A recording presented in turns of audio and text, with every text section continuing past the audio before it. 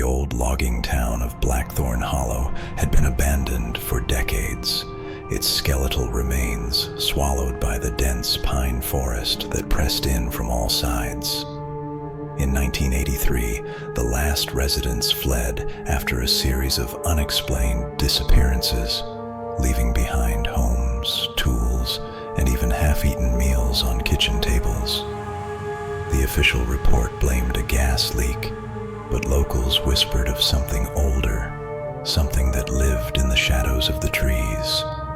They called it the Hollow's voice. I was a freelance journalist in my late 20s, chasing stories for my struggling YouTube channel. My name's Caleb, and I'd built a modest following narrating urban legends and exploring forgotten places. When a subscriber tipped me off about Blackthorn Hollow, I couldn't resist. The eerie details, vanishing townsfolk, strange whispers heard at night, and a forest that seemed to move were perfect for a spooky video. So, armed with my camera, a flashlight, and a backpack full of supplies, I drove out to the remote coordinates in northern Maine.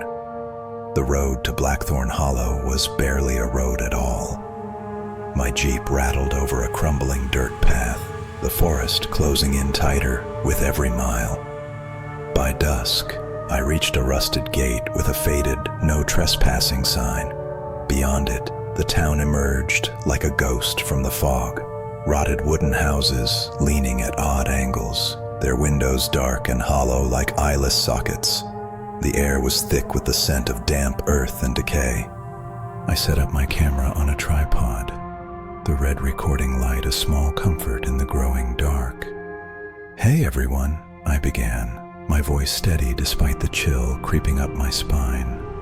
"Welcome to Blackthorn Hollow, one of the creepiest abandoned towns in America.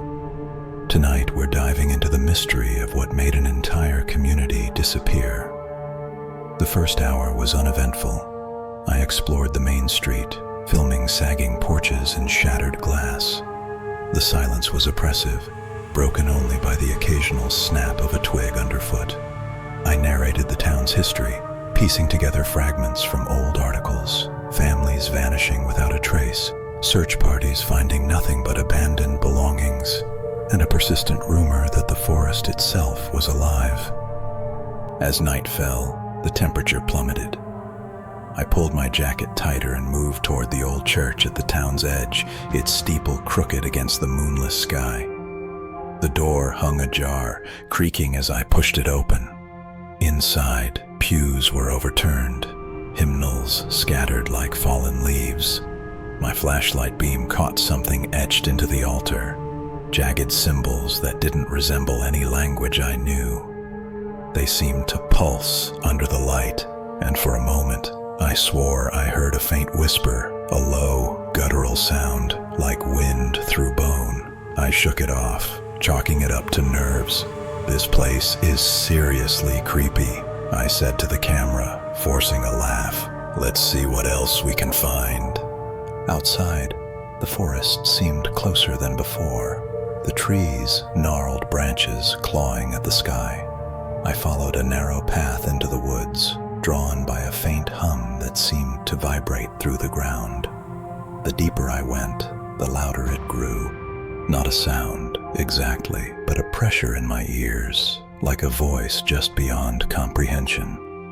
My flashlight flickered, its beam dimming despite fresh batteries. Then I saw it, a clearing, ringed by trees so twisted they looked like they were writhing. In the center stood a stone well, its edges worn smooth, as if countless hands had touched it over centuries. The hum was deafening now, a chorus of whispers that seemed to come from the well itself. I leaned over the edge, my camera rolling, and peered into the darkness. The air was colder here, sharp with the smell of whetstone and something metallic, like blood. "Hello?" I called, my voice echoing back, distorted. The whispers stopped.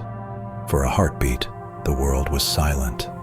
Then, from the depths of the well, something answered, a low, rasping chuckle that sent my heart hammering. I stumbled back, nearly dropping the camera. "What the hell was that?" I muttered, my breath visible in the frigid air.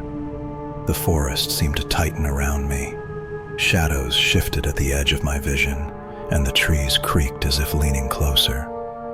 I spun around, flashlight sweeping the clearing, but nothing was there. Just trees, just darkness. I forced myself to keep filming, narrating through chattering teeth. "Okay, guys, something's definitely off here.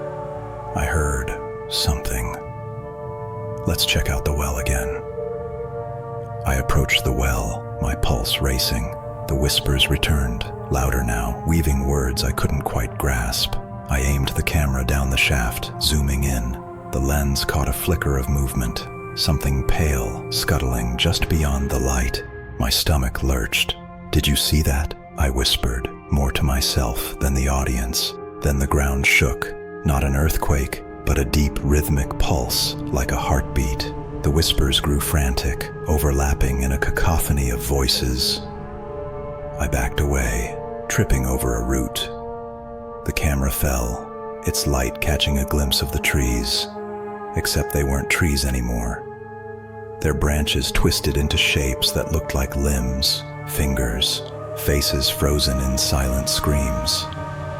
I scrambled to my feet, grabbing the camera. "We need to get out of here," I gasped, running back toward the town. The path was gone. The trees had shifted, closing ranks, their bark glistening like wet flesh. The whispers followed, now clear enough to make out fragments. "Stay. Join us. You're ours." I sprinted blindly, branches snagging my clothes, tearing at my skin. The town appeared ahead, but it was wrong.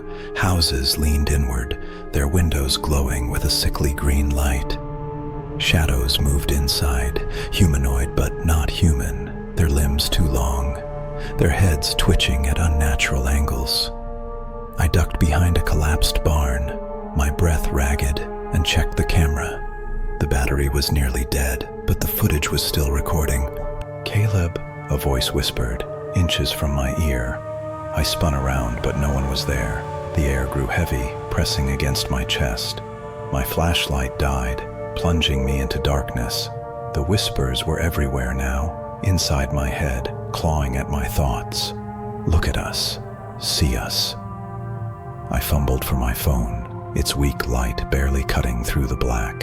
The barn's walls were covered in the same symbols I'd seen in the church, pulsing with that same unnatural rhythm.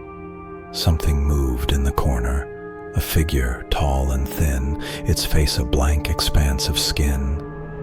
It tilted its head as if listening, then raised a hand. Its fingers were too many, too long, curling like spider legs.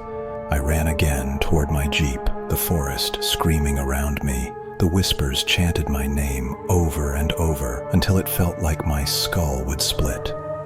I reached the gate, fumbling with my keys. The jeep roared to life, and I floored it, the tires kicking up dirt as I sped away. The forest loomed in my rearview mirror, its edges blurring as if it were chasing me. I didn't stop until I reached a gas station 50 miles away, my hands shaking as I uploaded the footage. The video ended abruptly, the last frame showing the well, a pale hand reaching up from its depths.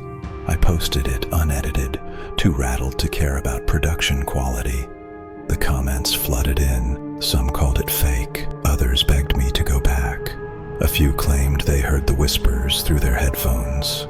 I never returned to Blackthorn Hollow. I can't.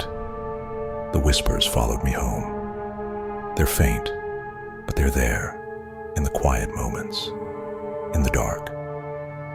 Last night, I found those symbols scratched into my apartment door. I don't know what they want, but I know one thing: the Hollow's voice doesn't let go.